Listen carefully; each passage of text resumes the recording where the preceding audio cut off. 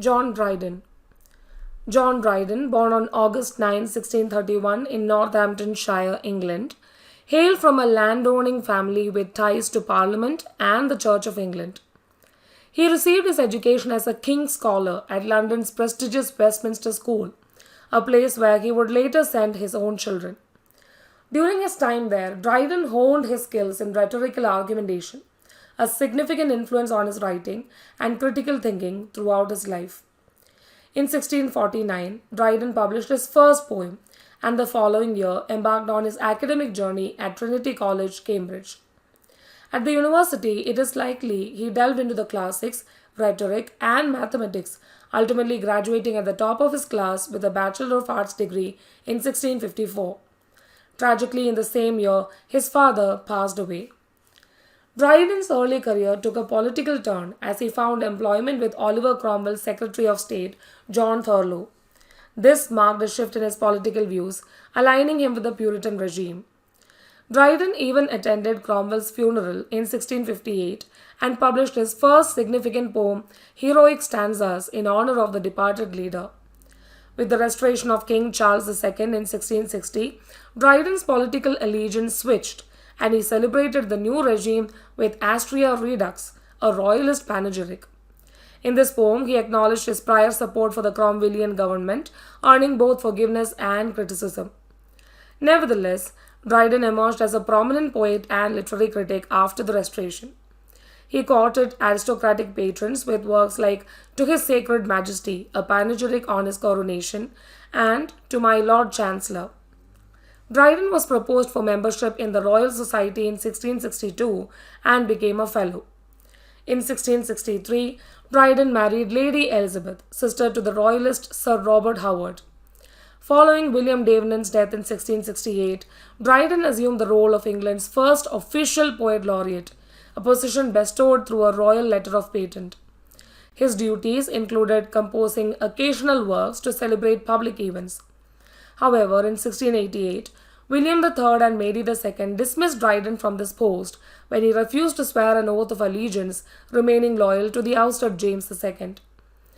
Dryden's contributions extended to the realm of theatre. He penned The Wild Gallant in 1663 and went on to produce 3 plays for the King's Company, of which he later became a shareholder.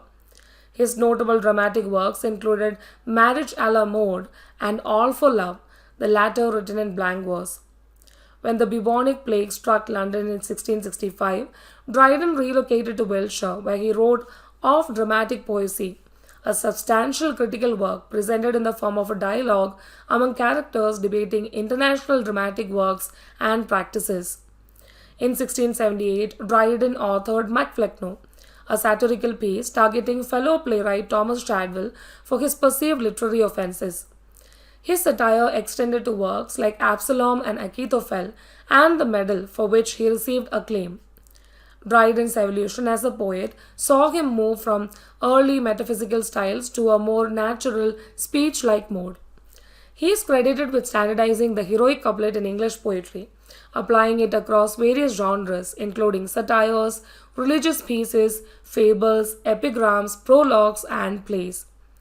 On May 1, 1700, John Dryden passed away and was initially interred in St. Anne's Cemetery. In 1710, his remains were transferred to Westminster Abbey's Poets' Corner, where a memorial stands in honor of his enduring contributions to English literature and poetry.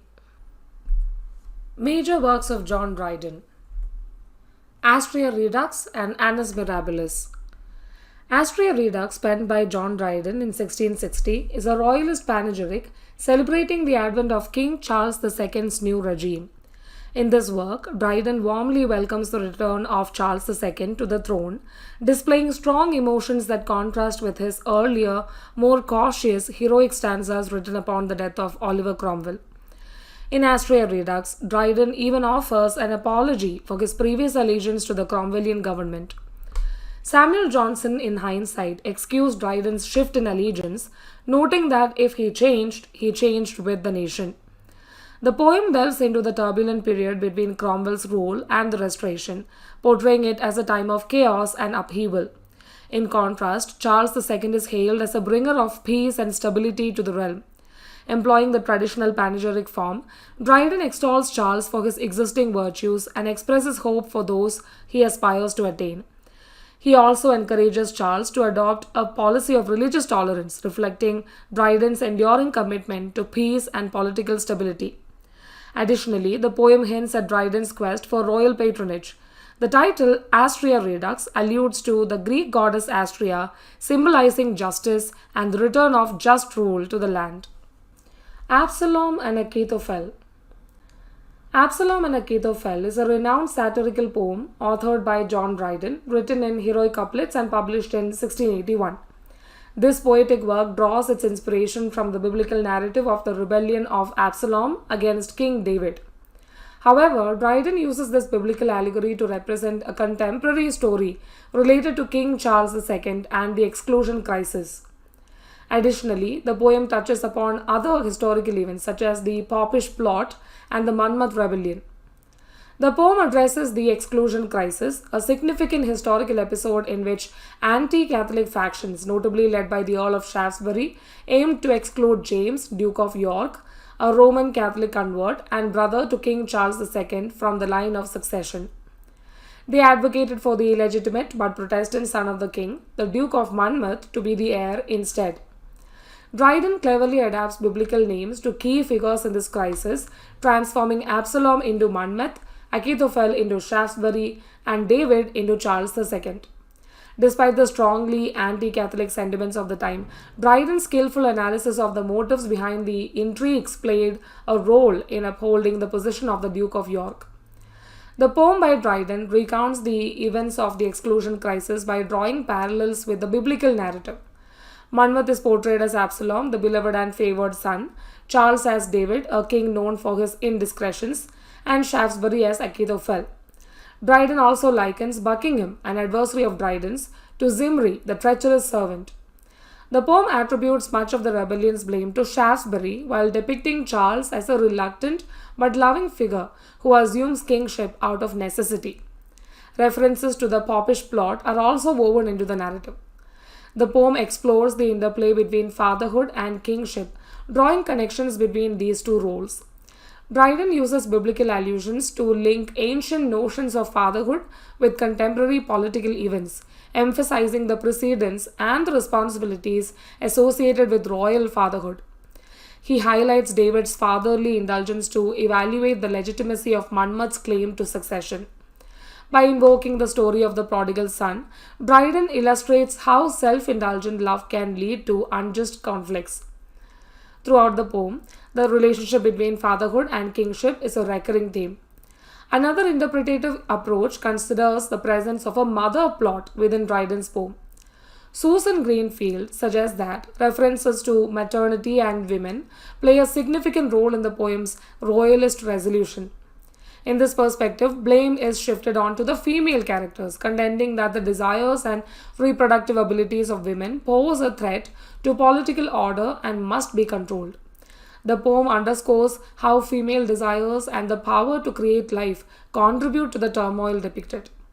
During the Renaissance, there was a fascination with the idea that bastards were superior to legitimate offspring. It was commonly believed that the intense passion and desire involved in conceiving bastards made them superior. Lines 19 and 20 of the poem touch upon this notion by discussing the manner in which Absalom was conceived.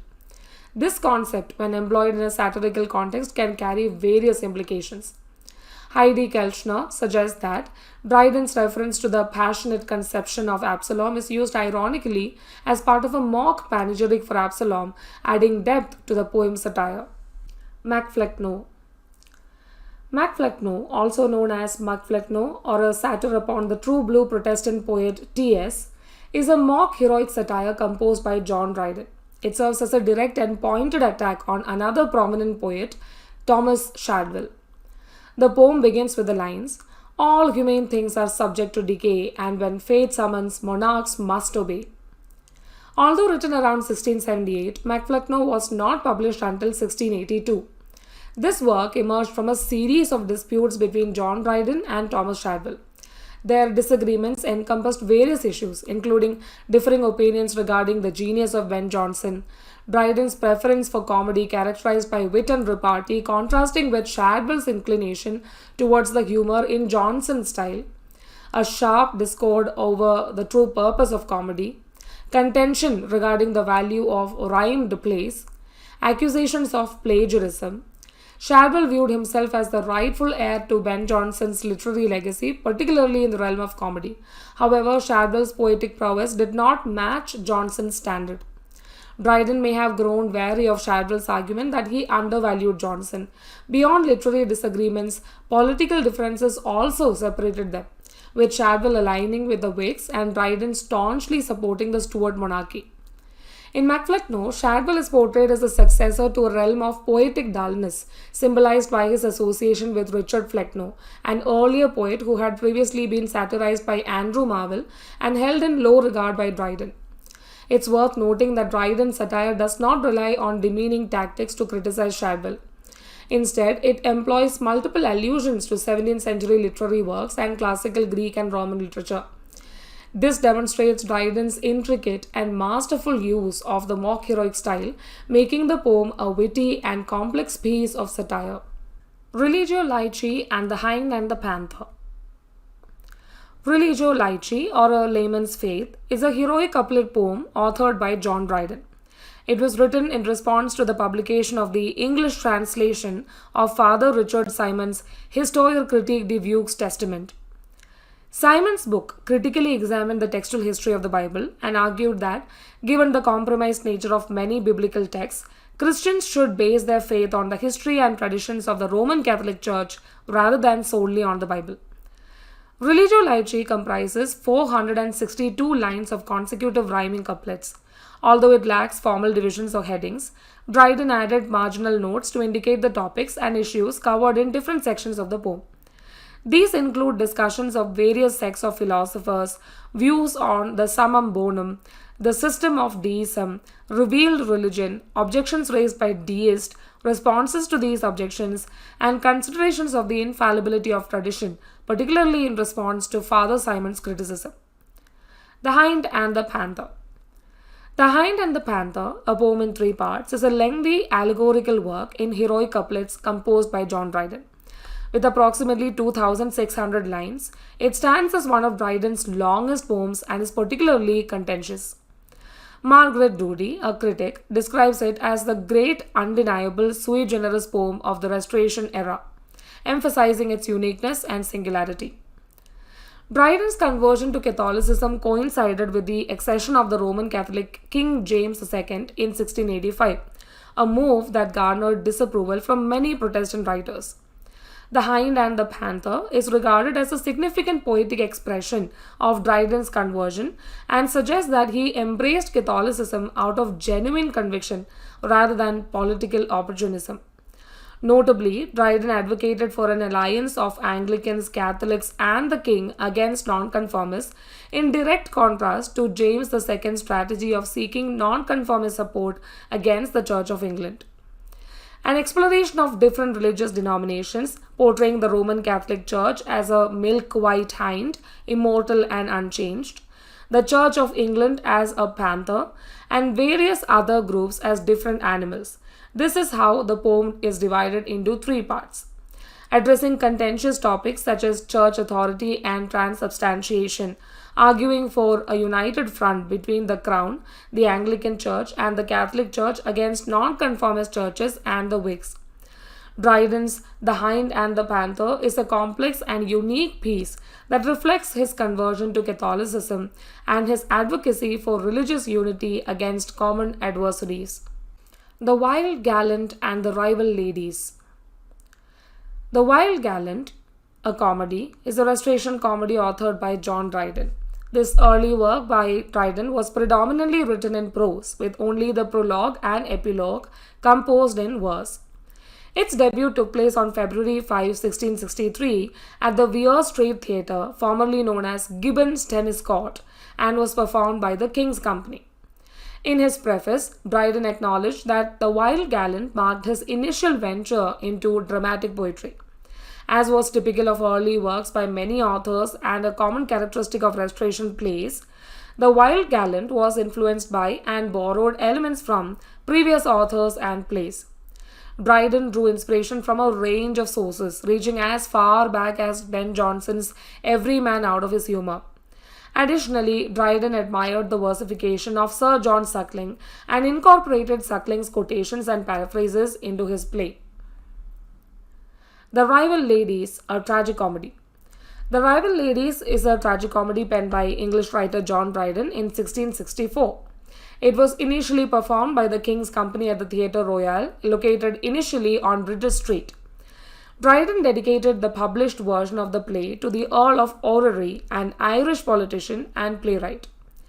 These works reflect Dryden's early forays into dramatic writing, showcasing his evolving style and influences during the Restoration period.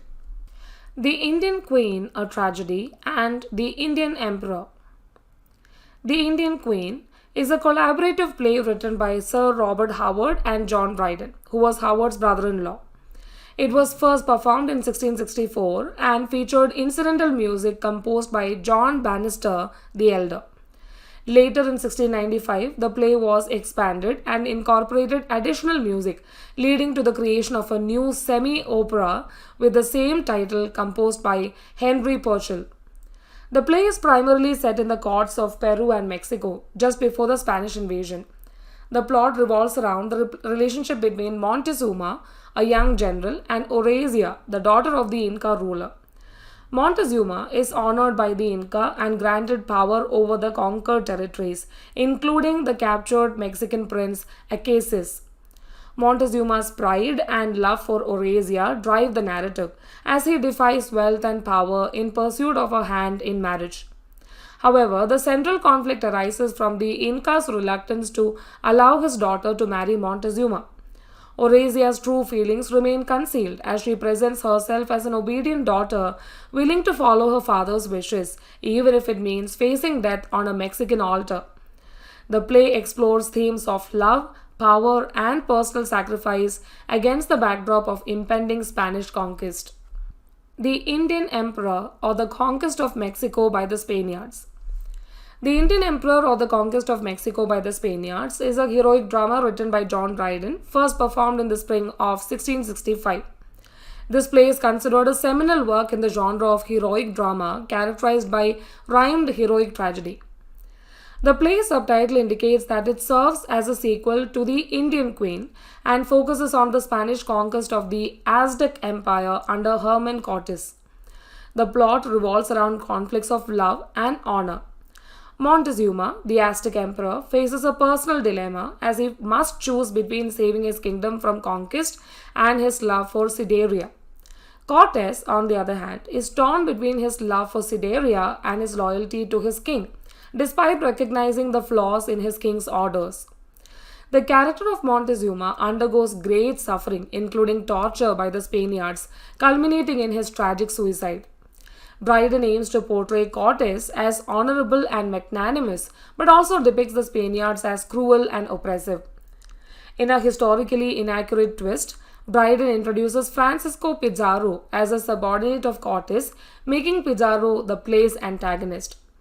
Modern interpretations of the play have explored feminist and anti-colonialist perspectives, shedding light on its complex themes and character motivations. Tyrannick Love and Aureng-Zebe. Tyrannick Love, or the Royal Martyr, is a tragedy penned by John Dryden in rhymed couplets. It made its stage debut in June 1669 and was subsequently published in 1670. The play offers a retelling of the story of Saint Catherine of Alexandria and her martyrdom. In the narrative, the Roman Emperor Maximinus, the tyrant of the title, becomes infuriated by Catherine's steadfast refusal to yield to his violent sexual desires. Notably, Dryden accomplished the writing of this play in just 7 weeks. Aureng-Zebe, a Tragedy.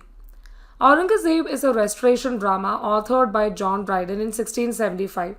The play draws loose inspiration from historical figures, particularly the Mughal Emperor Aureng-Zebe, referred to as Aureng-Zebe in the drama, his brother Murad Baksh or Murad, and their father Shah Jahan, the emperor. This work stands as Dryden's final drama composed in rhymed verse, and it is widely regarded as one of his most accomplished tragic works. The premiere production of Aureng-Zebe was presented by the King's Company and featured a talented cast, including Charles Hart in the titular role, Michael Mohan as the Old Emperor, Edward Kynaston as Morat, William Wintershall as Aramint, and Rebecca Marshall as Empress Noormahal, among others. The play delves into themes of power and relationships, solidifying Dryden's reputation as a prominent playwright of his era. All for Love. All for Love, or The World Well Lost, is a 1677 heroic drama penned by John Dryden, recognized today as one of his most renowned and frequently staged works. This tragic masterpiece is crafted in blank verse and represents Dryden's endeavor to rejuvenate serious drama. It is a deliberate homage to Shakespeare's Antony and Cleopatra, with a focus on the final hours of the ill-fated lovers, its central characters. While ostensibly exploring the same narrative terrain as Shakespeare's masterpiece, Dryden confines the narrative to Alexandria, zeroing in on the culmination of Antony and Cleopatra's tumultuous romance. Initially premiered in 1677, this play underwent revivals and enjoyed a total of 123 performances between 1700 and 1800, effectively supplanting Shakespeare's version as the favored rendition. It was not until 1813 that Shakespeare's Antony and Cleopatra reappeared on the London stage. The original 1677 production, staged by the King's Company, starred Charles Hart as Mark Antony and Elizabeth Bowtell as Cleopatra, with Michael Mohan as Ventidius and Catherine Corey as Octavia. Subsequent revivals in 1704 at Lincoln's Inn Fields and in 1718 at Drury Lane featured prominent actors such as Betterton, Mrs. Barry, Wilkes, Mr. Bracegirdle, Booth, and Mrs. Oldfield, cementing the play's enduring appeal. In Act 1, the play commences with Seraphion foretelling ominous signs of Egypt's impending catastrophe, including storms, whirlwinds, and the flooding of the Nile. Alexas, Cleopatra's eunuch, dismisses these forewarnings, preoccupied instead with Cleopatra's relationship with Antony. His anxiety centers on whether Antony's affection for Cleopatra will endure. Seraphion orchestrates a festival celebrating Antony's valor. Ventidius, a Roman general, arrives to aid Antony in Alexandria. Ventidius strongly disapproves of Antony's association with Cleopatra and proposes to provide Antony with troops in exchange for his separation from her. Despite Ventidius disparaging Cleopatra, Antony agrees to the arrangement. In Act 2, Cleopatra laments her situation in Antony's absence. Charmian, Cleopatra's lady-in-waiting, endeavors to arrange a meeting between Cleopatra and Antony, but her efforts are fruitless. Cleopatra subsequently dispatches Alexas with gifts, including jewels and a bracelet, in an attempt to win back Antony's affections. Alexas suggests Cleopatra personally affix the bracelet to Antony's wrist. In the ensuing reunion between Cleopatra and Antony, Ventidius intervenes, contending that Cleopatra is an unsuitable match for Antony and would betray him for her safety. Cleopatra, however, produces a letter demonstrating her rejection of Egypt and Syria from Octavius, effectively winning the argument and Antony's heart. In Act 3, as Antony returns from battle, he is overwhelmed by his love for Cleopatra. Ventidius seeks an audience with Antony, who futilely attempts to evade him. Antony grapples with his reluctance to return to warfare and his uncertainty about how to prevent it. He places his hope in Dolabella and summons him, a loyal friend who reappears following Antony's victorious campaign. However, Dolabella had been banished for his affection for Cleopatra. Dolabella presents a gift intended to secure peace between Antony and Caesar. Octavia, Antony's faithful wife and Caesar's sister, along with Antony's 2 daughters. Octavia asserts that the war will cease upon Antony's return to her side. Antony and Octavia reunite, while Alexas' interventions on Cleopatra's behalf are disregarded. Cleopatra arrives, informed of her defeat, and confronts Octavia. A rivalry unfolds, revealing that Octavia is Antony's rightful partner, even though she may not be the one he loves most. In Act 4, Octavia successfully persuades Antony to rejoin her in Rome alongside their children. Antony intends to depart but lacks the resolve to convey this to Cleopatra himself. Instead, he entrusts Dolabella with the task of delivering the news to her, ensuring he won't be swayed to stay. Ventidius overhears Dolabella's mission to bid Cleopatra farewell and observes her scheming with Alexas to incite jealousy in Antony through Dolabella's actions. Both Ventidius and Octavia witness Dolabella holding Cleopatra's hand, but their conscience prevents them from proceeding romantically. Ventidius informs Antony that Cleopatra and Dolabella have become lovers, corroborated by Alexas' testimony. Antony is incensed by this revelation and desperately seeks confirmation of Cleopatra's innocence, causing Octavia emotional distress, leading her to leave permanently. Antony refuses to believe Cleopatra and Dolabella's explanations. In Act 5, Antony commandeers Cleopatra's naval fleet and wages war against Caesar. His own fleet betrays him, with soldiers embracing their adversaries as old friends. Together, they redirect their forces toward Alexandria. When Cleopatra learns of this turn of events, Alexas advises her to flee and offers to negotiate with Caesar. Cleopatra rebukes this suggestion as it would make Alexas a traitor. Cleopatra departs, leaving Alexas behind. Antony and Ventidius prepare for battle. To save himself, Alexas fabricates a lie, informing Antony that Cleopatra is deceased. Antony then instructs Ventidius to end his life, but Ventidius refuses, instead taking his own life. Antony, attempting but failing to commit suicide, is on the brink of death when Cleopatra discovers him. Antony dies, and Cleopatra, along with the ladies in waiting, ends her life by allowing snakes to bite them. Serapion delivers a eulogy as the surviving characters await the victorious arrival of Caesar Augustus. An Essay of Dramatic Poesie. Essay of Dramatic Poesie is a literary work by John Dryden, England's inaugural poet laureate. In this piece, Dryden endeavors to establish drama as a legitimate form of poetry comparable to the epic, while also defending English drama against the works of the ancients and the French. It is believed that Dryden wrote this essay during the plague year of 1666, and it was first published in 1668. In presenting his argument, Dryden addresses a subject previously outlined by Philip Sidney in his 1580 work Defense of Poesy. Characters in the essay. The treatise takes the form of a dialogue among four speakers: Eugenius, Crates, Lycidius, and Neander. These four speakers correspond to real individuals: Sir Robert Howard, also known as Crates; Lord Buckhurst or Charles Sackville, referred to as Eugenius; Sir Charles Sedley, represented as Lycidius; and John Dryden himself, adopting the persona of Neander. The term Neander signifies new man and implies that Dryden, as a respected member of the gentry class, is entitled to engage in this dialogue on an equal footing with the three older men who are his social superiors. Setting of the essay. The discussion unfolds on a day when the English fleet confronts the Dutch at sea near the mouth of the Thames. The four friends embark on a barge journey down river to witness the commotion from the battle. As the noise subsides, indicating an English triumph, they instruct the bargemen to row them back upriver, initiating a dialogue regarding the advancements of modern civilization. They agree to evaluate progress by comparing ancient arts with modern achievements, with a specific focus on the art of drama or dramatic poesy. The four men engage in a debate on three main topics. Number 1, the relative merit of classical drama, advocated by Crates, versus modern drama, supported by Eugenius. Number 2, whether French drama, as argued by Lycidius, surpasses English drama, defended by Neander, who famously praises Shakespeare as the greatest soul, ancient or modern.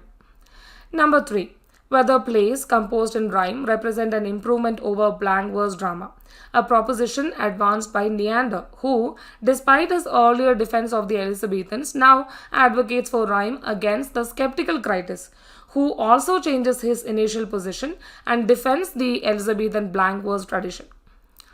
The speakers invoke Aristotle's unities from Poetics, as interpreted by Italian and refined by French scholars over the past century, to discuss what constitutes a play as a just and lively imitation of human nature in action. This definition, provided by Lycidius or Sedley, becomes a versatile and richly ambiguous touchstone for the debate. In response to Critus's argument that classical drama has more just plots, Eugenius contends that modern plots are more lively due to their diversity. Lycidius demonstrates that French plots meticulously adhere to Aristotle's unities of action, place, and time. Neander rebuts by highlighting that English dramatists such as Ben Jonson also observed the unities when necessary but prioritized character and motive development. Even the final argument between Neander and Critus about whether rhyme is suitable in drama hinges on Aristotle's poetics, with Neander asserting that Aristotle demands a verbally artful or lively imitation of nature, while Critus believes that dramatic imitation loses its justness when it departs from ordinary speech, such as prose or blank verse.